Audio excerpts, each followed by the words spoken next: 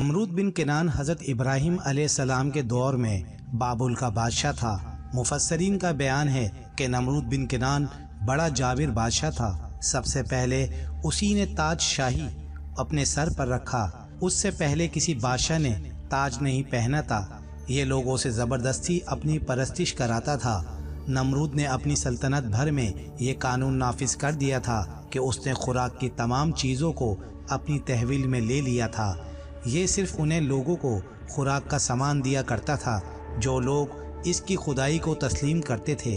چنانچہ ایک مرتبہ حضرت ابراہیم علیہ السلام اس کے دربار میں غلہ لینے کے لیے تشریف لے گئے تو اس خبیث نے کہا کہ پہلے تم مجھ کو اپنا خدا تسلیم کرو، جبھی میں تم کو غلہ دوں گا۔ حضرت ابراہیم علیہ السلام نے بھرے دربار میں اعلان فرما دیا کہ تو جھوٹا ہے اور میں صرف ایک خدا کا پرستار ہوں جو وحدہ لا شریک ہے۔ یہ سن کر نمرود آپے سے باہر ہو گیا اور آپ کو دربار سے نکال دیا اور ایک دانہ بھی نہیں دیا۔ آپ پریشان ہو کر جاں بلب ہو گئے۔ اس طرح آپ ایک تھیلا لے کر ایک ٹیلے کے پاس تشریف لے گئے اور تھیلے میں ریت بھر کر لائے اور اللہ تبارک و تعالیٰ سے دعا مانگی کہ وہ ریت آٹا بن گئی، اور آپ نے اس کو اپنے ساتھیوں کو کھلایا اور خود بھی کھایا۔ پھر نمرود کی دشمنی اس حد تک بڑھ گئی کہ اس نے آپ علیہ السلام آگ میں ڈلوا دیا۔ جب حضرت ابراہیم علیہ السلام کو آگ میں پھینکا گیا تو فرشتوں نے حضرت ابراہیم علیہ السلام کے بازو پکڑ کر نہایت آرام کے ساتھ بٹھا دیا۔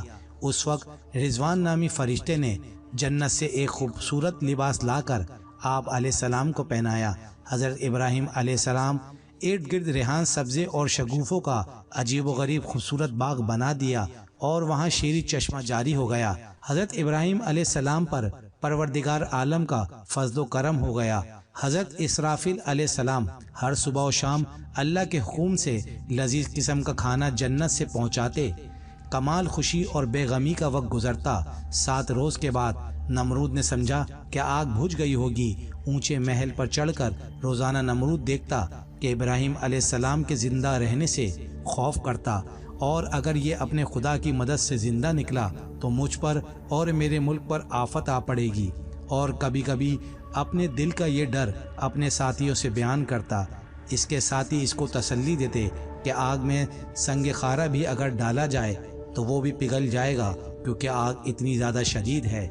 ایک دن نمرود نے بڑے غور سے اپنے محل سے دیکھا کہ حضرت ابراہیم علیہ السلام کے ارد گرد عمدہ گلستان ہے اور شیریں چشمہ جاری ہے۔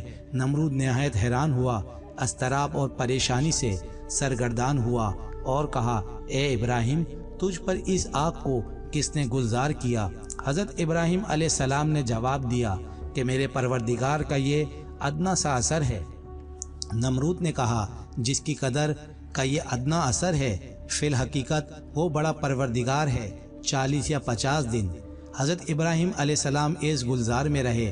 آپ علیہ السلام فرماتے ہیں کہ ایسا خوشی کا وقت میں نے ساری زندگی دوبارہ کبھی نہیں دیکھا تھا۔ اس کے بعد حضرت ابراہیم علیہ السلام اس راکھ سے جو پہاڑ کی مانند تھا، نمرودیوں کو وعظ و نصیحت شروع کی۔ نمرود کے چند دن کی مہلت مانگی تو اس کے وزیر نے کہا، اتنی مدت تو خدائی کی، اب دوسرے کی بندگی اختیار کرتا ہے اور اپنے لیے شرمندگی اور رسوائی اختیار کرتا ہے۔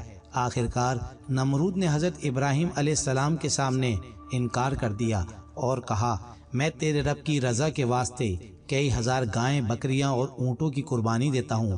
تم اپنے پروردگار سے کہہ دو کہ وہ مجھ سے انتقام نہ لے۔ حضرت ابراہیم علیہ السلام نے فرمایا کہ ایمان کے بغیر قربانیاں قبول نہیں ہوتی۔ آخرکار حضرت ابراہیم علیہ السلام نے فرمایا، اتنی بڑی بادشاہی خدا نے تجھے دی اور مجھے خدا نے تیرے واسطے نبی بنا کر بھیجا، مجھے آگ سے بچا کر ایک معجزہ تجھے دکھایا، مگر پھر بھی تو کفر سے باز نہ آیا۔ اے نمرود، جس بادشاہی کی طاقت پر تو غرور کرتا ہے، اس کو ختم کرنے کے لیے میرے پروردگار کا ادنا سا لشکر ہی کافی ہے۔ نمرود نے کہا، دنیا میں میرے علاوہ کوئی بادشاہ نہیں اور میری بارگاہ کے علاوہ کوئی بارگاہ نہیں۔ اگر آسمان کے بادشاہ کی فوج ہے تو اس سے کہہ دے کہ مجھ پر اپنی فوج مسلط کر دے، میری حشمت اور لڑائی کا تماشا کرے۔ تب حضرت ابراہیم علیہ السلام نے دعا کی اور دعا کے بعد حضرت جبریل علیہ السلام آئے اور کہا، نمرود سے کہہ دو کہ ہماری فوج آ رہی ہے، تم تیاری کر لو۔ حضرت ابراہیم علیہ السلام نے نمرود کے سامنے اعلان جنگ کر دیا۔ نمرود نے 3 دن کی مہلت مانگی۔ ان دنوں میں سے اس نے لاکھوں کی فوج اکٹھی کی، طرح طرح کے ہتھیار اکٹھے کیے اور میدان میں جمع ہو گیا۔ چوتھے روز حضرت ابراہیم علیہ السلام تنہا نمرود کی فوج کے سامنے گئے۔ ان لوگوں نے کہا، اے ابراہیم، آسمانی فوج کہاں ہے؟ فرمایا، اے نمرود، آسمانی فوج پہنچ رہی ہے۔ اتنے میں مچھروں کی فوج نمودار ہوئی، جس کی وجہ سے آفتاب کی روشنی چھپ گئی، آسمان پر اندھیرا چھا گیا۔ نمرود نے اعلان کر دیا کہ اپنے فوجیوں کو کہ نعرے بجاؤ، لیکن مچھروں کی آواز لوگوں کے کانوں میں پہنچی تو لوگوں کے ہوش اڑ گئے۔ چھوٹا بڑا ہیبت الہی سے ڈر گیا۔ ایک آدمی پر لاکھوں مچھر لپٹ گئے، ایک دم گوشت پوش خون وغیرہ ختم کر دیا، خالی ہڈیوں کے ڈھانچے رہ گئے۔ آدمی، جانور، ہتھیار سب ختم کر دیے گئے۔ نمرود بھاگ کر اپنے محل میں اپنی عورت کے پاس جا بیٹھا، لیکن اتنے میں ایک لنگڑا مچھر آیا۔ نمرود نے اپنی عورت کو دکھایا کہ اس جانور نے لشکر کو تباہ کیا ہے۔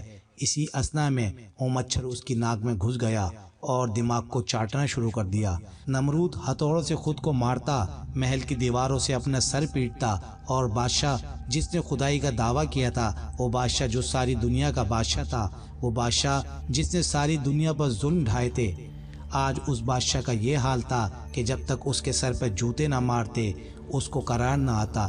جب دربار میں جاتا تو ہر درباری کا یہ معمول بن گیا کہ اپنے جوتے اٹھا کر اس کے سر کو پیٹتا۔